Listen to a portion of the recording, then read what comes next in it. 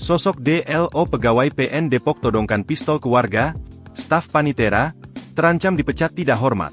Sosok oknum pegawai pengadilan negeri, PN, Depok berinisial DLO yang viral melakukan aksi kobau todongkan pistol ke warga. Diketahui, sosok tersebut berinisial DLO merupakan staf Panitera Pengadilan Negeri Depok. DLO menodongkan pistol jenis airsoft gun ke warga di sebuah perumahan kawasan Bojong Sari, Kota Depok, Jawa Barat.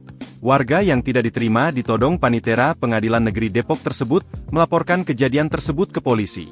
Namun pihaknya menyebut kejadian tersebut terjadi di luar jam kerja. Eswin menjelaskan, saat ini pihaknya sedang melakukan pemeriksaan internal terhadap pelaku. Pemeriksaan internal tersebut dipimpin langsung oleh Wakil Kepala PN Depok Bambang. Pelaku terancam dikenakan sanksi berat diberhentikan secara tidak hormat.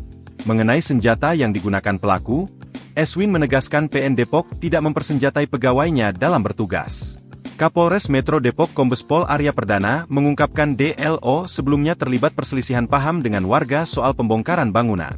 Pelaku kemudian langsung mengeluarkan airsoft gun guna menakut-nakuti korban.